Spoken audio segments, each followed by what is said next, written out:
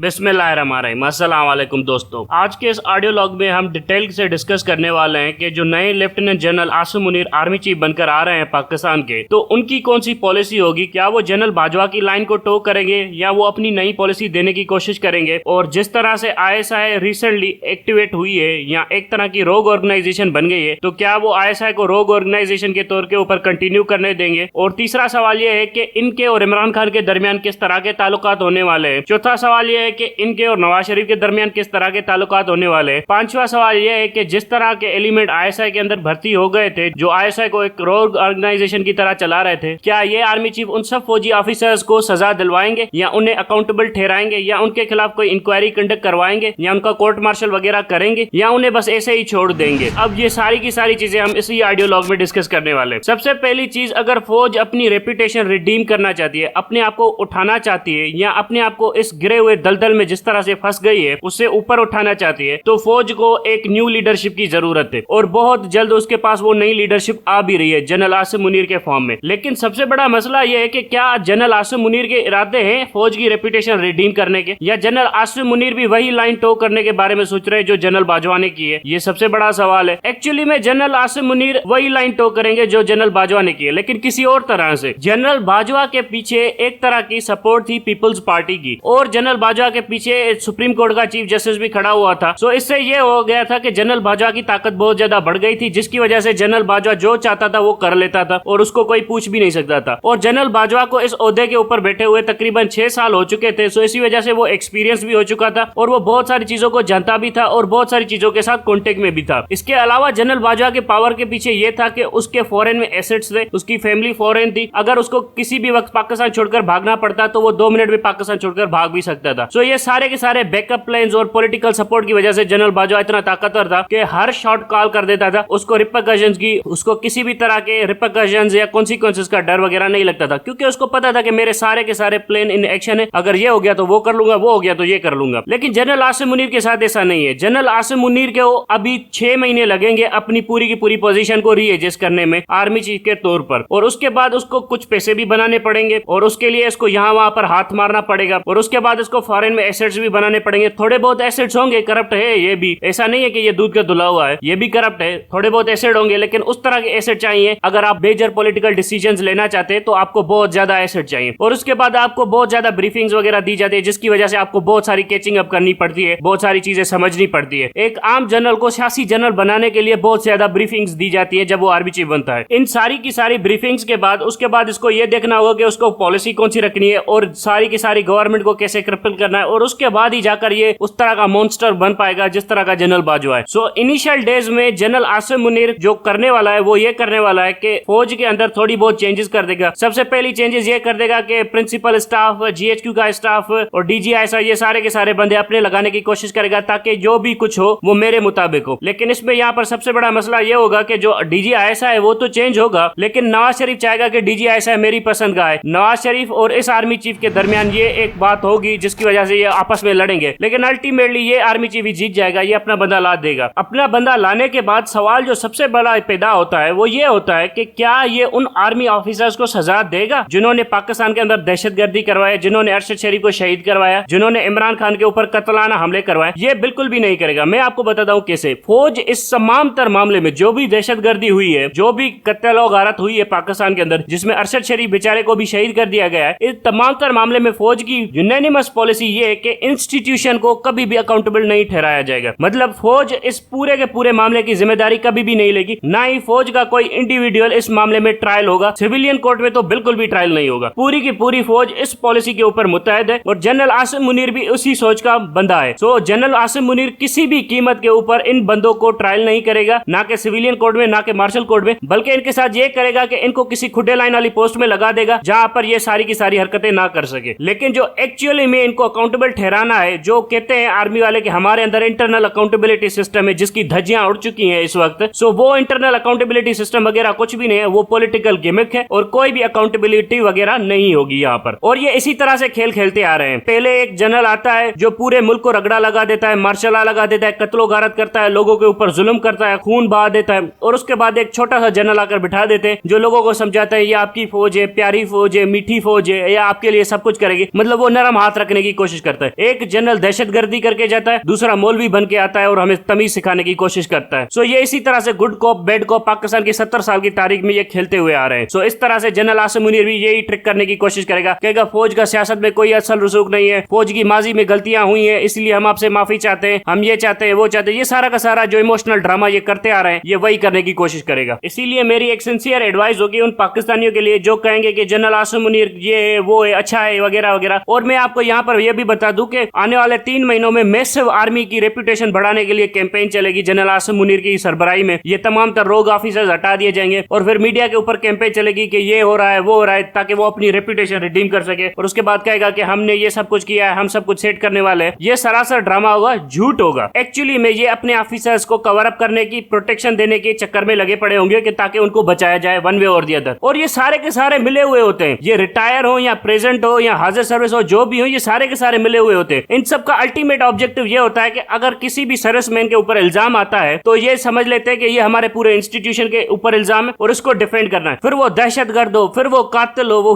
फिर वो जनरल मुशर्रफ जैसा जालिम शख्स हो, लेकिन वो उसको बचाने के लिए सब कुछ कर देते हैं। ये इस इंस्टीट्यूशन की मेंटालिटी है। सो जनरल आसिम मुनीर भी यही सब कुछ करेगा। लेकिन जो सबसे इंटरेस्टिंग सवाल ये है कि क्या जनरल आसिम मुनीर इलेक्शन करवाएगा? और ये जो सबसे बड़ा स्टैंड जनरल आसिम मुनीर ने लिया हुआ है या उसकी प्रीडिसेसर लीडरशिप ने नैरेटिव बनाने की कोशिश की थी कि हम एपॉलिटिकल है, तो क्या जनरल आसिम मुनीर भी एपॉलिटिकल रहेगा? मैंने पहले भी कहा है, आज भी कह रहा हूं कि ये जनरल कभी भी एपॉलिटिकल नहीं रहेगा। ये जनरल आया नवाज शरीफ की मर्जी से, ये उसी लाइन को टो करेगा जो नवाज शरीफ चाहता है, ये उसी चक्करों में पड़ा रहेगा। और ये जो लोग कह रहे हैं ना कि ये एक बड़ा well disciplined well organise general है वगैरह वगैरह, कोई वेल ऑर्गेनाइज जनरल नहीं है, कोई वेल डिसिप्लिन जनरल नहीं है। ये प्रोफेशनली करप्ट है, ये मोरली करप्ट है। आपको लग पता जाएगा कि ये किस तरह की साजिशें करेगा। ये वो कत्लो गारत वगैरह जो हो रही है पाकिस्तान में वो नहीं करेगा, उसको कम करने की कोशिश करेगा। लेकिन पॉलिटिकल इंजीनियरिंग में ये 2 कदम आगे जनरल बाजवा से। आप देखिएगा कैसे पंजाब हुकूमत के ऊपर डाका डाला जाता है। और मैं यहाँ पर यह भी बता दूं, जैसे ही पंजाब गवर्नमेंट सीरियस इन्वेस्टिगेशन करना शुरू करेगी उस बंदे के ऊपर जिसने इमरान खान को कत्ल करने की कोशिश की है, तो पंजाब हुकूमत का धड़म तख्ता हो जाएगा। और इस केस का भी वही अंजाम होगा जो FIA वालों का हुआ था, जिन FIA के ऑफिसर्स ने शहबाज शरीफ के ऊपर केसेस बनाने की कोशिश की थी। शहबाज शरीफ आर्मी का एसेट था, उसके ऊपर FIA वालों ने केसेस बनाने की जुर्रत की और उसके बाद उन सब FIA के ऑफिसर्स को आर्मी वालों ने शहीद कर दिया। इसीलिए कहते हैं कि पाकिस्तान की पुलिस कभी खड़ी क्यों नहीं होती। पाकिस्तान की पुलिस इसलिए खड़ी नहीं होती क्योंकि वक्त आने पर ये सारे के सारे लोग मारे जाते हैं। MQM वालों के सामने भी उन सारे के सारे पुलिस ऑफिसर्स को मरना पड़ा जिन्होंने 90s में ऑपरेशन में हिस्सा लिया था MQM के खिलाफ। इसी तरह से जिन्होंने शहबाज शरीफ के ऊपर हाथ डाला या एंटी करप्शन वाले लोग थे, उन सबको भी मरना पड़ा क्योंकि फौज ही उनको मरवा रही थी। और जो पुलिस ऑफिसर्स MQM ने 1990s के ऑपरेशन वाले मारे थे, वो पता है किसकी